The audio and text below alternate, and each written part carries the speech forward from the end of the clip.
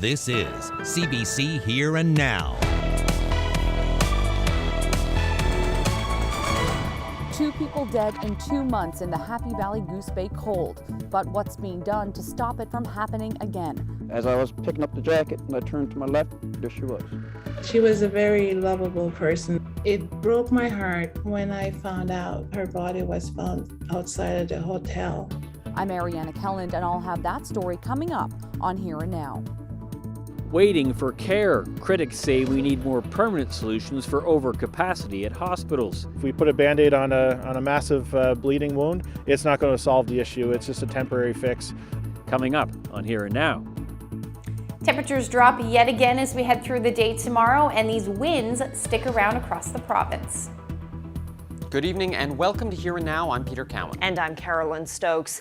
Just ahead, we're on the ground in Happy Valley Goose Bay looking at the lives of those who have died in the cold. Ariana Kelland will also look at some of the ways to solve the problem of homelessness, but we're going to start tonight with the latest news.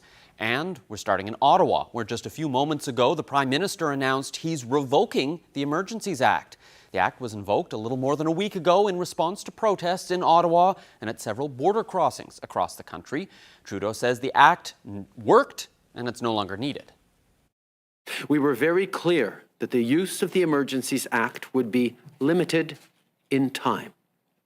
When we invoked it, it would be in place for up to 30 days, but we said that we would lift it as soon as possible. We've held updates and briefs with ministers and officials every day, often multiple times a day.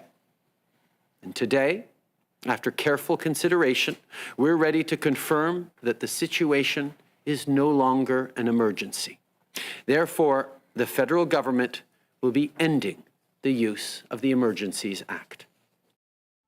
The Prime Minister now says police forces have enough powers to deal with what he calls ongoing threats.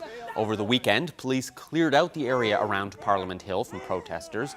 The Emergencies Act gave the federal government power to freeze bank accounts of protest organizers. It also made it illegal to provide aid to the protests. Within 60 days, the federal government will now have to form a committee made up of MPs from all parties to examine the use of the Emergencies Act. Well, back in this province, Eastern Health has expanded what was meant to be a temporary solution. The area that holds patients arriving by ambulance while they're waiting for space inside the Health Sciences Emergency Department has been expanded. Critics are calling for long-term solutions for chronic overcrowding at the healthcare facilities. Here Now's Mark Quinn reports. Eastern Health is struggling to meet the demand for emergency services here at the Health Sciences Centre in St. John's. It means that sometimes ambulances arrive with patients and those patients end up waiting in those ambulances or in hallways until they're admitted to hospital. So if we're not able to be out in the streets helping people because we're tied up with patients that are still on our stretchers in the offload delay, then that prevents us from doing the job that we're trained to do. It was a problem before the pandemic, but COVID-19 has made matters worse. These rooms, called offload delay rooms, are part of Eastern Health's response to the problems. In July 2021, an area at the Health Sciences Centre was set up to accommodate 4 patients. During the recent COVID-19 surge, this area was modified to create rooms for 6 patients. It's basically just another large Band-Aid that's being applied to the system to temporarily fix what is happening, but it doesn't fix the overall issue. If we put a Band-Aid on a massive bleeding wound, it's not going to solve the issue. It's just a temporary fix. Eastern Health says it does have plans to address hospital overcrowding. We are looking at some longer term plans through a renovation to our Health Science Emerge, being the tertiary centre for the province. We do expect the demand to stay high. So there is a longer term plan with some renovations that will actually give us a larger footprint and allow us to have more space to care for the higher volume of patients that come in. The Paramedic Association is hopeful those changes will lead to improvements for patients. Eastern Health says its emergency department expansion will likely take more than 2 years. Mark Quinn, CBC News, St. John's. While staying with healthcare, there is a slight uptick in hospitalizations reported today as the number of active COVID-19 cases remains pretty steady. There are 18 people in hospital because of COVID. That's up 2 from Monday. 6 of those are in the ICU. The number of daily positive cases has been steady at about 250 cases. There's also an additional death, a man in his 80s in central Newfoundland. Well, Newfoundland and Labrador may get its first national marine conservation area. The federal government and Nunavut government signed a memorandum of understanding to explore the idea. Here Now's Heidi Adder explains. The Torngap Mountains National Park is recognizable for the sweeping landscapes and clear waters. A new agreement is hoping to keep it that way into the future. This afternoon, the Minister of Environment and Climate Change and Nunavut's president signed an MOU. The agreement lays out the terms of a feasibility study to conserve biodiversity and contribute to maintaining Inuit culture and traditions. I certainly see this event as a move towards reconciliation. This is an opportunity for Inuit to determine what they want protected and how, while maintaining our traditional practices and our way of life. The feasibility study will look at 14,000 square kilometers off the northern coast. After, the study's steering committee will make recommendations. Then it's up to Nunavut and the federal government to decide if they're prepared to accept them. The Minister of Environment and Climate Change says it brings them slightly closer to their promise of conserving 25% of Canada's lands, oceans, and coasts by 2025. We have a lot of work to do to get to 25%.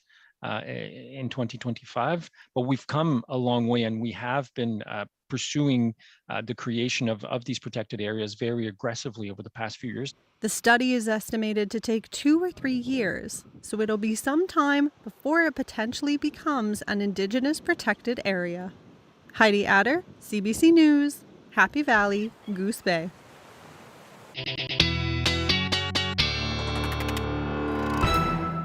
Well, it seems like the same story, different day again across the province as we see another area of low pressure move in. Warm temperatures, windy conditions as well. Let's take a look at what's going on across the board with that area of low pressure, that warm front and all of that warm air in southerly flow moving in across the island, changing all that precipitation over to rain for the majority of the day.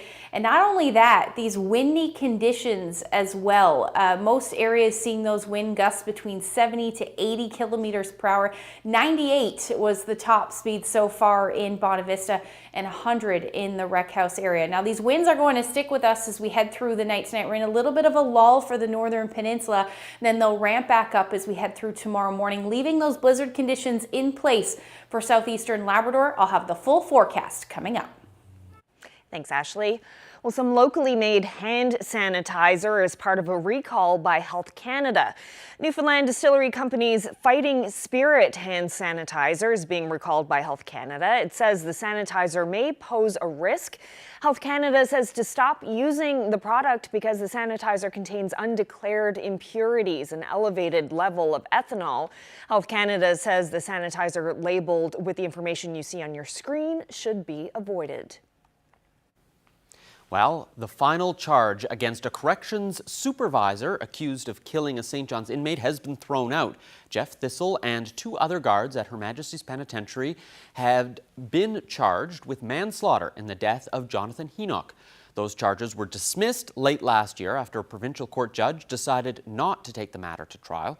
Thistle's remaining charge, a failure to provide the necessaries of life, was dismissed in provincial court earlier today. Thistle was one of 9 penitentiary guards accused of killing Henoch. They have all been exonerated.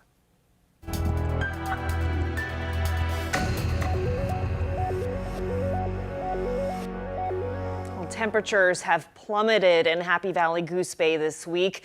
Buildings housing the homeless have been bursting at the seams, trying to keep people inside and keep them safe. Memories of recent deaths fresh in everyone's minds. 2 people have died within 2 months in the town, found in the frigid Labrador cold, and both within 50 meters of the provincial government-funded shelters meant to house them. CBC News has investigated their lives, their deaths, and the systems that are meant to protect them. Ariana Kelland has part 1 of the story tonight. You freeze as soon as you walk outside. Your face freezes. You can really feel it. You can hear the snow crunching underneath your feet. It stings. It really hurts.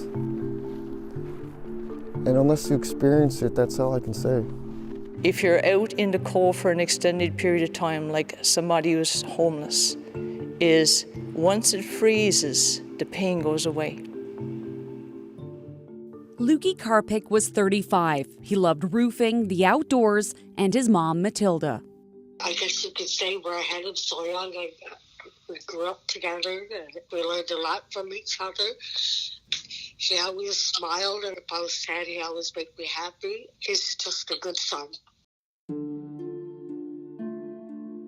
Karpik had trouble finding stability in his life, and he struggled with alcohol. Those struggles led him to Jefta Obed years ago at the now shuttered Newman boarding house, where the two became friends. He was very kind and very generous, very energetic. Before he died, Lukey Karpik was staying at the housing hub, the only official shelter in town. Temperatures dropped to nearly -20 overnight on December 7th.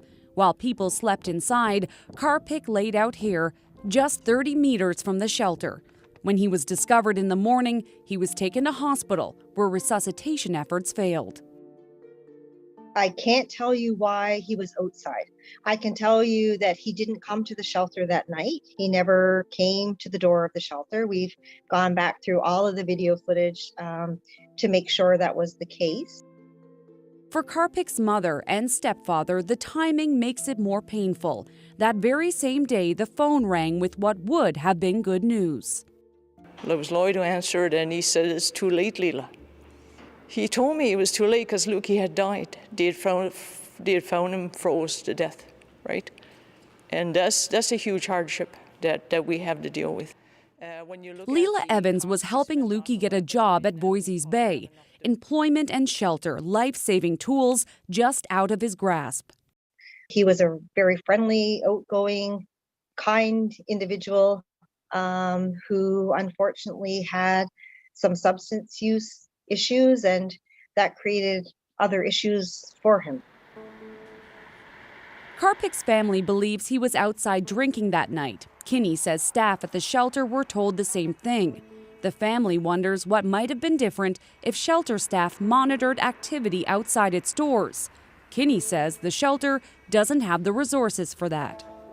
Ultimately, we're dealing with adults, and they can come and go from the shelter as they choose. And we can't guarantee their safety outside of the shelter. Lukey Karpik was not the first, and as of January 19th, was not the last person experiencing homelessness to die in the Labrador cold. Statistics from the Newfoundland and Labrador Housing Corporation show even though just 1.6% of the province's population is in Happy Valley Goose Bay, the town makes up 11% of the province's total shelter users. So she's the emergency. The housing hub has 8 beds, but can take more if there's an emergency, like freezing temperatures. And since 2020, this hotel has become Labrador's largest unofficial shelter, an overflow site, routinely taking 20 people a night. One of those people is Michael Joy. For 25 years, he's been homeless. Usually he lives in the woods, but this winter he's been at the inn, living and working, waking early to shovel out the entrances. But there's one spot he can no longer bear to shovel out. As I was getting down on the bottom of the ramp, I looked down towards the road and I seen something black. As I got closer to it, it was a jacket. As I was picking up the jacket and I turned to my left, there she was. It was 28-year-old Frederica Benuin from Natwashish, an Innu woman who is living at the Labrador Inn with her boyfriend, the second person to die alone in the cold just 6 weeks apart. She was the kind of person that never gave up. She was easy to get along with, and she was a very lovable person.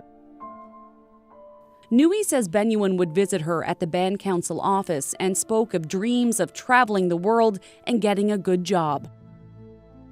It broke my heart when I found out her body was found outside of the hotel.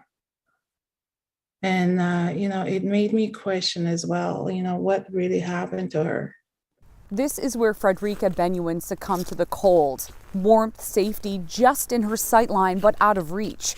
CBC News has reviewed footage from the surveillance camera here at the Labrador Inn. It shows Benuin and 3 men, including her boyfriend, drinking outside on the evening of her death. Eventually, Benuin is the only one remaining outside. It appears she goes unconscious near a snowbank. That night and morning, the temperatures plummeted, all the way to -29 with the wind chill. This was an unused entrance, and the bar has been closed because of the pandemic. Benuin was out of sight from the front desk cameras and from the front entrance itself. The RCMP has concluded its investigation into the death of Luki Karpik, but the case of Frederica Benuin remains open. The question of what support programs may have failed them and the others that preceded them is a complicated one. I don't know that we can point our finger at any one group. I think it's a child welfare issue. I think it's a justice issue. I think it's a women's issue in some cases. It's a health issue, a mental health issue. I just think it's a lack of resources and integration of services that haven't been wrapped around individuals early enough in their lives. Certainly my pleasure to be here today. Last week, a funding announcement from the province and the feds, $300,000 for a new position at the hub and to assess needs in the homeless community. And now, more than 2 months after the first death, a firm commitment from the minister responsible for housing. If it's an issue of resources, then we have to make those resources available. And that's really what I'm committed to, so that we make the change to make sure it doesn't, to the degree we can achieve that this situation does not happen again. And asked why it's taken 2 years to provide in-house support to the Labrador Inn. Well, I think that's one of the, again, as the minister said, this is the thing that we've learned, that, we just can't let that continue to happen.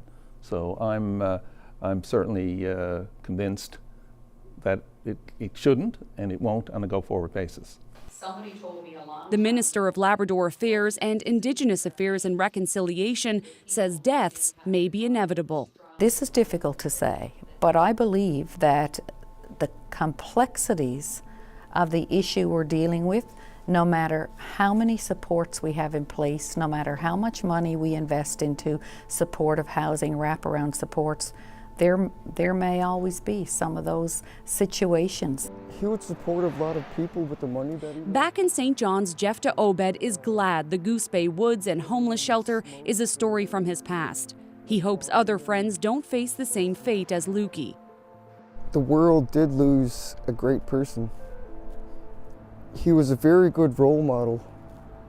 A lot of people are going to miss him. Luki Karpik, not the first nor the last, but one whose death, along with Frederica Benuin's, led to promises of change. Now to see if that change happens. Ariana Kelland, CBC News, Happy Valley, Goose Bay. The issue of chronic homelessness in Happy Valley, Goose Bay is apparent on the streets, on the trails, and in the homeless shelter. But for many people, the Labrador Inn is home. We'll bring you that story tomorrow on Here and Now. And we have a correction to make from earlier in the show. We told you about a memorandum of understanding to develop a national marine conservation area. And in that piece, we mistakenly identified the president of Nunatsiavut. That should be Johannes Lamp. We apologize for the error.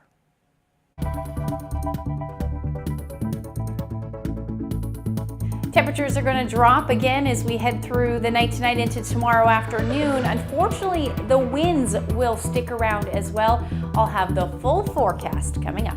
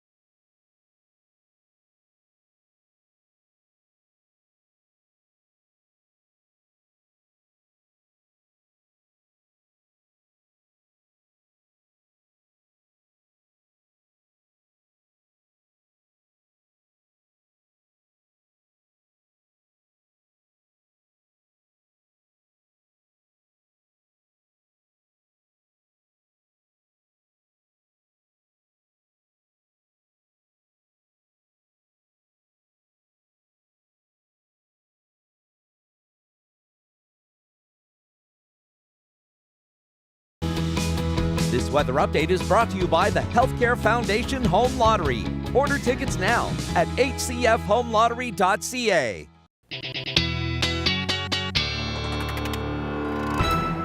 After a day of winter yesterday, it almost felt like a day of spring today, Ashley. Some pretty big swings in the temperatures.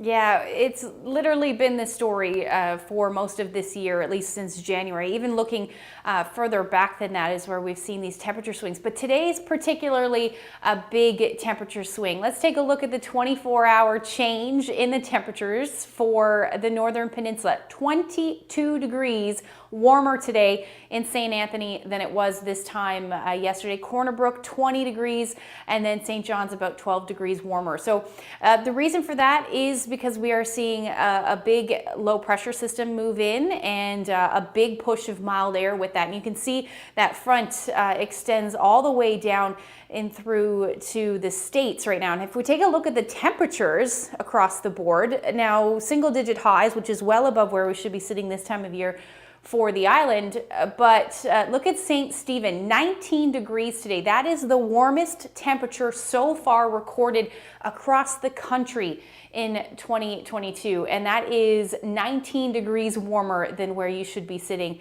this time of year. So certainly seeing some of that mild air along with some pretty gusty winds, sustained winds right now in Bonavista, about 70 kilometers per hour, St. John's around 48 kilometers per hour, but those wind gusts are closer to 80 to 100, and we're going to continue to see that as we head through the evening hours tonight, with the temperatures still pretty warm, between 4 to 8 degrees, but those wind chill values up across Labrador feeling quite chilly. Minus 25 is what it feels like in Cartwright right now, and Happy Valley Goose Bay feels more like minus 30.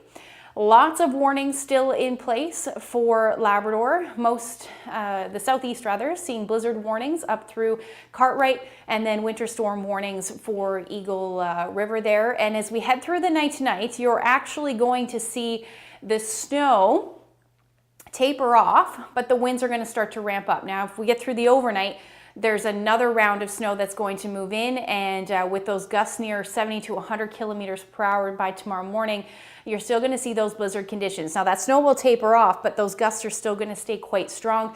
So you'll continue to see the blowing snow and reduced visibilities through a good chunk of tomorrow. Temperatures tonight will drop like a rock, down to minus 11 for Corner Brook, staying quite mild for eastern areas of the island, around 7 degrees, but those temperatures will drop as we get towards the morning hours. So that means that all of the rain will change over to snow on the west coast, looking at about 5 to 10 centimeters in some areas as we get towards tomorrow morning.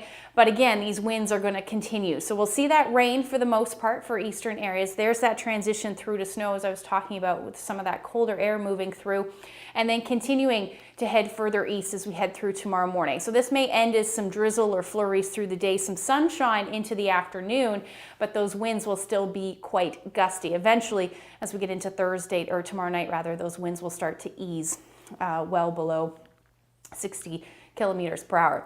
Wind chill values tomorrow also going to be quite chilly as we head through the day. We're looking at those wind chill values into the minus 20s, and that's because our daytime highs will be back down into the minus single digits. Those winds, like I said, westerlies or northwesterlies between 60 to 90 kilometers per hour, with that snow continuing for the west coast, and then blowing snow, the story again for southeastern Labrador, Mary's Harbour. Around minus 9 to start. Temperatures will dip as the day goes on, but some clear skies towards the west. Lab City will sit around minus 22 through the day, with those winds out of the northwest about 20 to 40 kilometers per hour. I'll look ahead when I come back.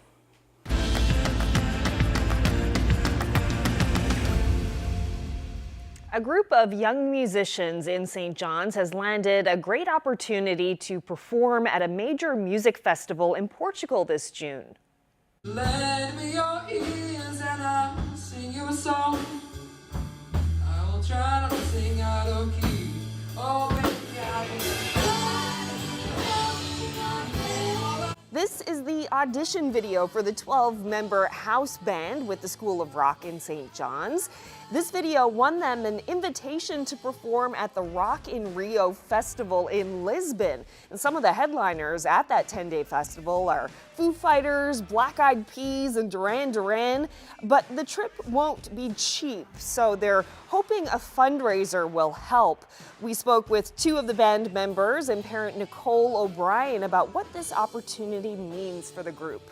A few weeks ago, we get this invite, and it's an even bigger deal than we imagined because there are 300 School of Rock locations across the country, or across the world, sorry, and they had selected 16 from North America and just one from Canada, and it's this group. So it's just incredible. I was super excited when it happened because I realized how big an opportunity it was, because there's not many people that get to experience this at such a young age too. And we get to meet other bands and stuff like that. It's super exciting, and I was super happy. We're a rock band, so evidently we tend to play like classic rock music. So I'm talking a little bit of Metallica, Red Hot Chili Peppers. If we go up there, people basically get to go as a team, as friends, as a band. We want to make this happen really bad for the kids, especially after the last couple of years that they've had. So as you can imagine, we have various different situations in all of our families. Not everybody has a spare 10 grand kicking around in their sock drawer, for example. So we have sort of thrown together this huge fundraising initiative. We created a GoFundMe page. We have all kinds of ideas for raising money, but our ultimate goal is to get the whole house band to Portugal in June. It's a really great experience getting to travel as a group. Not many people do that anymore because COVID and all, but we get to do this all together and play music and on a stage in front of a huge crowd of thousands of people. And not many people, like I said, would get to do this in their lifetime. And I'm just really, really appreciative. And I would assume everyone else is too. So on the GoFundMe, we've set our goal at $28,000. It's lofty, we know. But as you can imagine, traveling to Europe in the summer, right after we're all allowed to sort of move around again, is a huge undertaking financially. And so, yeah, we are hoping for as much help as we can. Like I said, mostly so that every family can go. We don't want to leave anybody out.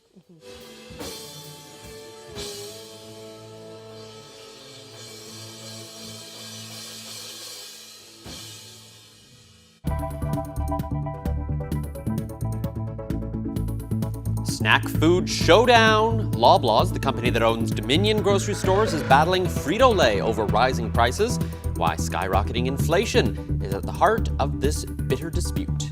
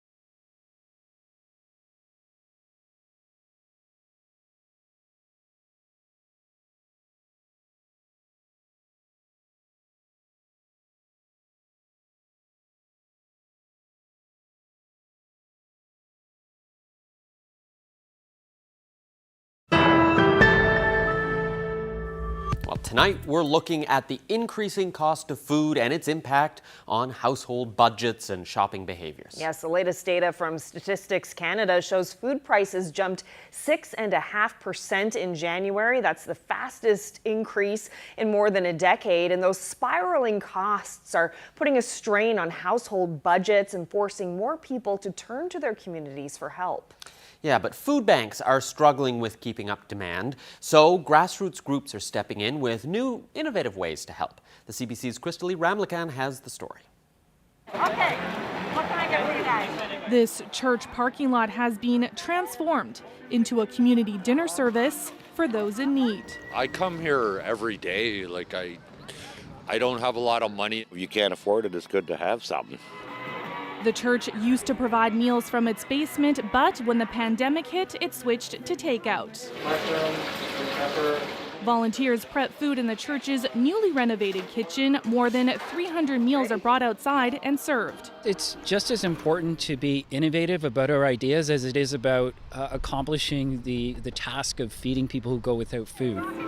Father Toby Collins has seen a sudden increase in people looking for help. There's this need for basic necessities that they used to be able to afford.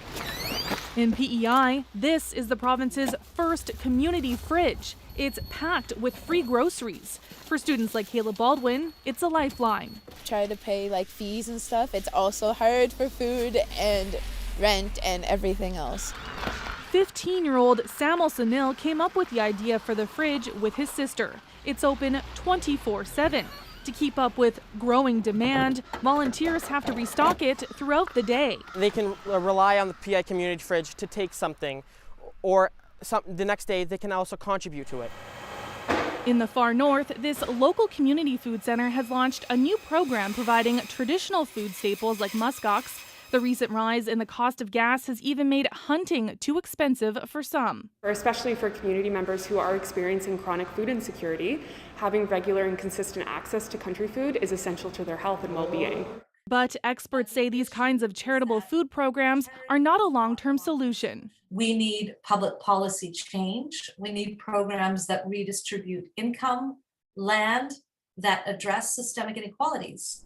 And with record food prices expected to continue throughout the year, it's almost certain more and more people are going to be relying on community to help put food on the table. Christelle Ramlakan, CBC News, Ottawa. New data suggests many are changing their habits when it comes to grocery shopping and eating. Numbers compiled by the Angus Reid Institute show nearly half of respondents are switching to cheaper brands. More than 1/3 are cutting back on meat, and 1/5 are buying less fresh fruit and vegetables. Higher costs are hitting every step in the trip from field to table. The CBC's Nisha Patel has more. It's been tough to ignore the sudden rise of food prices. They're going up pretty significantly. For shoppers like Deborah Lima, the reasons aren't clear. So yeah, I don't know what it's due to. So to explain the pop in prices, we talked to the people all along the route, bringing fruit from the grower to the store shelf. Larry Davidson sources fruit all the way from Peru. Last year was a cakewalk in terms of logistics compared to what we're dealing with now. Davidson says his prices have jumped because his growers are charging him more. Their fertilizer costs are way up, and some have had to deal with extreme weather that's wiped out crops. On top of it all, shipping costs are soaring because of delays at ports. What started off as a few days became a week, became 10 days, 2 weeks. We have containers that are 3 weeks. We have containers that are lost. When the South American fruit eventually makes it to Canada, it then has to be trucked around the country. Raman Kangura's company transports that produce. He has to pay drivers more these days just to get someone behind the wheel. Finding good workers is really trouble right now. When he does find drivers, they take the fruit on a 28-hour journey from Ontario to the west. And with gas prices spiking 32% in a year, he has to pass that on to his customers. Everything is getting up. The maintenance, drivers' pays. Finally, the fruit arrives at the grocery store in Winnipeg. But all those costs have added up. We have faced about a 20% increase in our cost on bananas, but we've only been able to raise our price by about 10% just to make sure we're competitive. Produce manager Tarek Zeed says for his small store, high costs are tough to swallow. It's a constant pressure. Experts say there's no quick fix. So for the shippers, the truckers, the grocers, and the shoppers, the pain in the pocketbook is likely to last in the months, maybe even years to come. Nisha Patel, CBC News, Toronto. While rising costs and rising prices have come to a crunch in supermarkets, snack food titan Frito-Lay says it needs a bigger bite, but grocery store giant Loblaws says it doesn't want to dip any deeper into consumers' pockets. The CBC's Alison Northcott bites into this story. Shoppers at this Loblaws in North Vancouver aren't keen to pay more, even for chips. With milk and everything else going up, people want to have reasonable priced junk food. I can live without the chips to be. The grocery giant Loblaw is locked in a dispute over prices with Frito-Lay, the maker of Doritos, Cheetos, and Lay's chips. Loblaws did not want to accept the price increase that Frito-Lay had put forth to them. And so you're starting to see the consequences of that with very empty aisles. Frito-Lay says it's adjusting its prices to offset what it calls unprecedented pressures from rising costs of items including ingredients, packaging, and transportation. If you walk down that snack aisle, a majority of that shelf space is going to be Frito-Lay's shelf space. And that gives the company some leverage as it tries to raise its prices. They will have to come to some mutual agreement, because I cannot see Loblaws saying to Frito-Lay, we will not stock your product. Loblaw's CFO talked about dealing with price hikes from vendors in a recent earnings conference call. Our team uses a thorough process to vet pricing requests. We work hard to negotiate those increases down so that we offer our customers the best value. But when that doesn't work, the company says this can lead to difficult conversations, and in extreme cases, suppliers don't ship us products. And it's about more than just chips. The Retail Council of Canada says it's fielded many calls from retailers facing major price increases for many products. In a statement saying in many cases the increases are unprecedented and far exceed typical food inflation levels. But the industry group representing Frito-Lay says manufacturers are just trying to recoup costs from inflation and supply chain problems. Experts say while shoppers can buy their chips elsewhere, there will likely be more disputes to come as more companies try to raise prices. Alison Northcott, CBC News, Montreal. These are things that are going to make a significant difference. Launching an economic counter-strike in the Ukraine crisis, Canada joins its allies in issuing new sanctions against Russia amid growing fears of a full-scale invasion.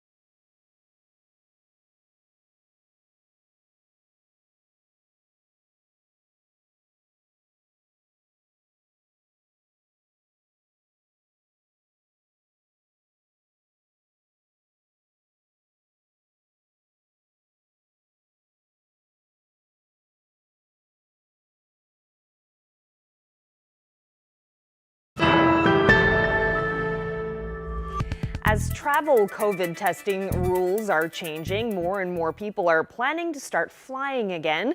Things will be getting easier and less expensive as of the end of the month. It should make a big difference for people who have to travel on a budget, including some international students. CBC's Janella Hamilton has the details. I miss my family a lot. Yeah. It's been almost 2 years since this international student has seen her family in India. And while she yearns to visit her loved ones back home, as a low-income student, she can't afford to travel under current COVID-19 restrictions. The PCR is so expensive for us. Already we spend lots of money when we have to go back to India.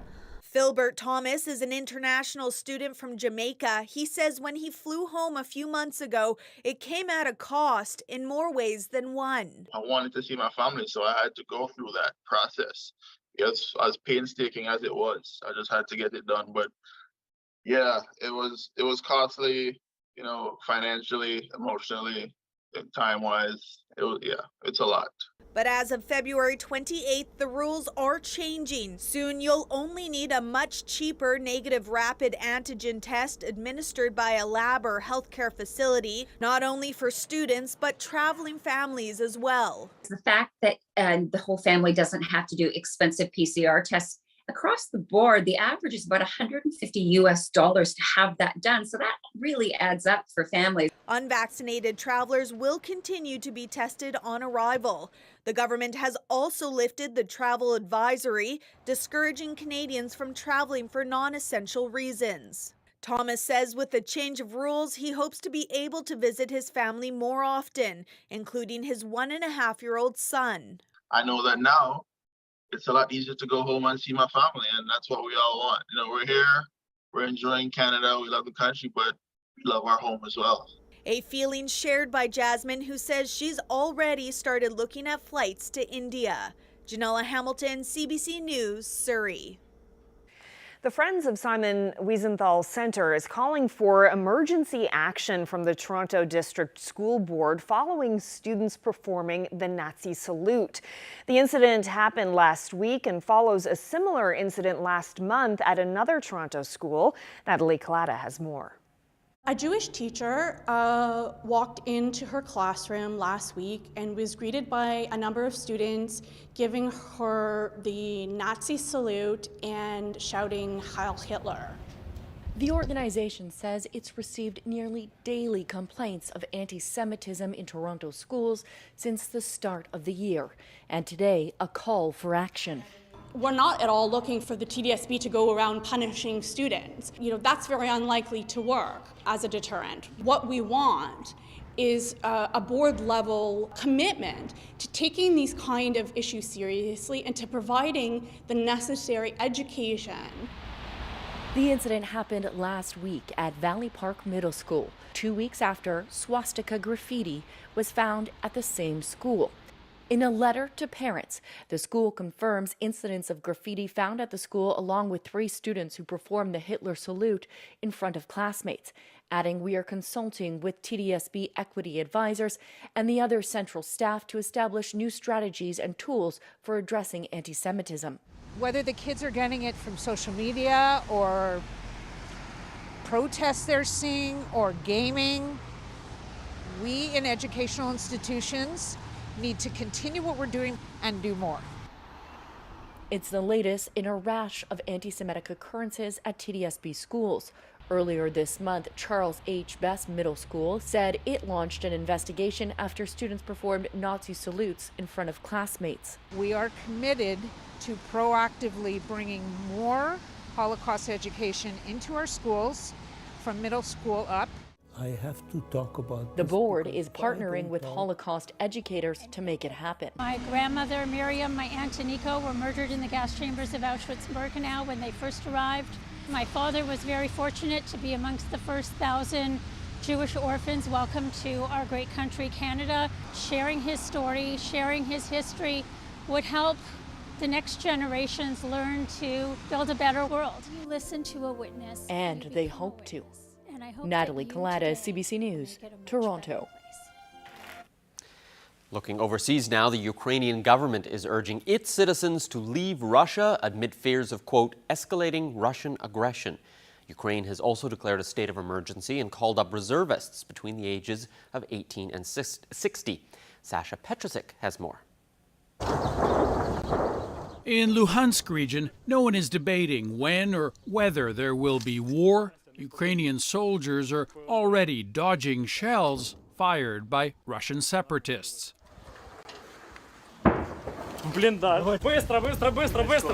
Civilians are left panicked in underground shelters with little food and no electricity from the burning power plant. I'm terribly scared, says this man. People are killing each other all over again. It's this region that has the world on edge today. The eastern end of Ukraine, claimed by Russian-backed rebels and now recognized as independent by Moscow. As Kyiv lawmakers meet to declare a state of emergency, Russian troops are heading across the border as self-proclaimed peacekeepers. The U.S. calls it the start of an invasion. Is a violation of the territorial integrity and sovereignty of Ukraine. The United Nations Secretary General says Moscow's moves are illegal under international law. Russia's hostile actions have to stop. At the UN, Canada and others lined up to condemn Russia. Active diplomacy, strong political messaging, tough economic sanctions, and strengthening Ukraine can still force Moscow to abandon aggressive plans. NATO has said it will not intervene with troops of its own to defend Ukraine, but the West has sent weapons and imposed a first round of economic sanctions against Moscow. That will hit Putin where it hurts. Sanctions, it promises, will get even tougher. So far, Moscow has brushed all this aside, and today, as President Vladimir Putin marked a national holiday celebrating Russia's armed forces, he vowed to increase pressure on Ukraine. Russia's interests and security are unconditional, he says. Sasha Petrusik, CBC News, Toronto.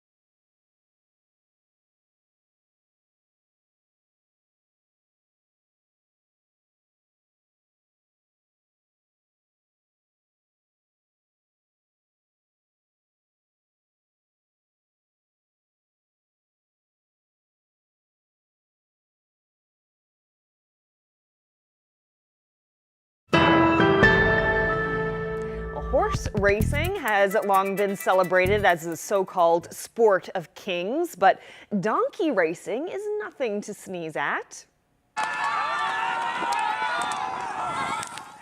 The animals recently raced in a town in northern Bahrain as locals and foreigners cheered them on. The donkeys were attached to wooden carts and guided by jockeys. This low-impact sport has been popular with locals for more than 40 years rather. It's a source of entertainment for young people who breed the donkeys and train them.